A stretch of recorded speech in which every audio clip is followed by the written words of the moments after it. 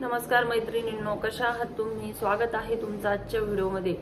अनंत कोटी ब्रह्मांड नायक राजाधिराज योगीराज श्री स्वामी समर्थ महाराजांना वंदन करून आपण आजच्या व्हिडिओला सुरुवात करणार आहोत। तर आजच्या व्हिडिओचा विषय आहे की आपल्या देवघरामध्ये जी अन्नपूर्णा असते, या अन्नपूर्णेविषयी मी अगोदरही एक व्हिडिओ टाकला होता, परंतु ही जी माहिती आहे ती मला नाविन्यपूर्ण वाटली म्हणून त्याविषयी मी अजून एक व्हिडिओ आज टाकत आहे। तर अन्नपूर्णा ही देवघरामध्ये कशी ठेवावी, अन्नपूर्णा मातेची पूजा कशी करावी आणि घरामध्ये तिची स्थापना कशी करावी। घरात अन्नपूर्णा असणं खूप आवश्यक आहे, कारण त्यामुळे काय होतं तर आपल्या घरामध्ये जे धनधान्य आहे, धनधान्य रूपी वैभव आहे ते वाढण्यास मदत होते किंवा कमी पडत नाही। म्हणून प्रत्येकाने आपल्या देवघरामध्ये अन्नपूर्णा ही ठेवलीच पाहिजे। आणि आपण जसं मुलीला लग्नामध्ये बाळकृष्णाची मूर्ती देतो, त्याचप्रमाणे अन्नपूर्णेची ही मूर्ती मुलीला दिली गेली पाहिजे। एकदा काय झालं की पृथ्वी तलावर दुष्काळ पडला आणि अन्न पाणी मिळेना, सगळीकडे उपासमार सुरू झाली।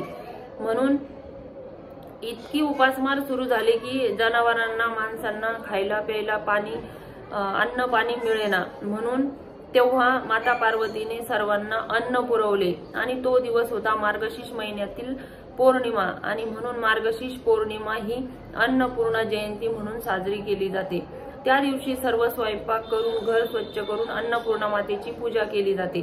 तर आपण सर्वांनीही त्या दिवशी अन्नपूर्णा मातेची पूजा करायची आहे, तिला पंचामृताने अभिषेक करायचा आहे, सकाळी लवकर उठून पूजा करायची आहे।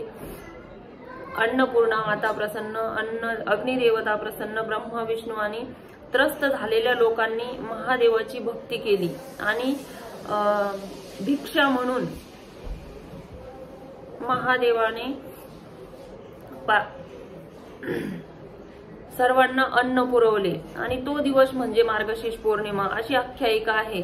किंवा मंगळवार शुक्रवार या दिवशी आपण अन्नपूर्णेची स्थापना करू शकतो, परंतु या ज्या दिवस आहे त्या दिवशी केली तर अतिउत्तम आहे। एका चौरंगावर लाल कपडा घेऊन त्या लाल कपड्यावर एक वाटी भरून अक्षता किंवा गहू ठेवावे, त्यावर स्टील, तांब्या, पितळ यातील कोणतीही वाटी ठेवावी आणि त्या वाटीमध्ये धान्य भरून त्यावर अन्नपूर्णेची मूर्ती ठेवावी। त्या मूर्तीची पंचोपचार पूजा करून त्या मूर्तीला गंध, अक्षता, चंदन, हळदी कुंकू लावून तिची स्थापना करावी। स्थापना करताना अन्नपूर्णे सदापूर्णे शंकर प्राणवल्लभे असा मंत्र आहे, जो मंत्र आपल्याला म्हणायचा आहे आणि अन्नपूर्णेची स्थापना आपल्याला करायची आहे। याप्रमाणे आपण अन्नपूर्णा ही आपल्या देवघरामध्ये स्थापित करू शकतो। दररोज आपला जो स्वयंपाक करतो तो अन्नपूर्णेचं स्मरण करून जर केला तर निश्चितच तो प्रसाद रूपी स्वयंपाक आपला तयार होतो। म्हणून अशा पद्धतीने प्रत्येकाने आपल्या देवघरामध्ये तांदळामध्ये म्हणा किंवा गव्हामध्ये ही अन्नपूर्णा स्थापन केली पाहिजे। तर आजच्या व्हिडिओमध्ये इतकंच। सर्वांना श्री स्वामी समर्थ।